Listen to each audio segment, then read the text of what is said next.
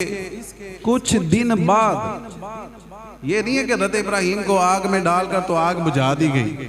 कई दिन तक वो आग जलती रही, कई दिन तक। कुछ दिन बाद ना नमरूद अपने मकान की छत पे चढ़ा देखने के लिए कि हज़रत इब्राहीम किस हाल में है। तो देखा तो हैरान रह गया, वो तो आग में सही सलामत है, आग फूलों का बाग बनी हुई है। तो अब इसको लगा कि शायद आग में कोई मसला है, ये आग अपनी असली हालत पर नहीं है।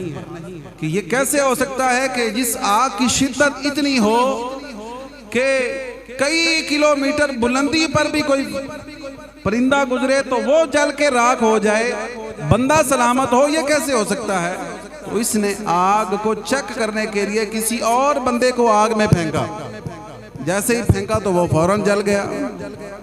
आग का काम तो जलाना है, लेकिन हज़रत इब्राहीम अलैहिस्सलाम का ये मौजज़ा था कि आप पर अल्लाह ने आग को गुलजार कर दिया।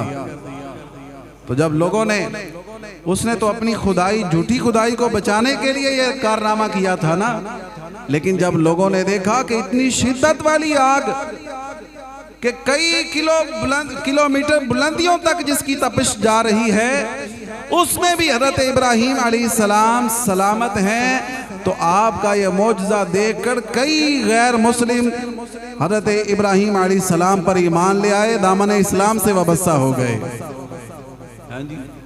तो ये ईमान और यकीन की बरकत है।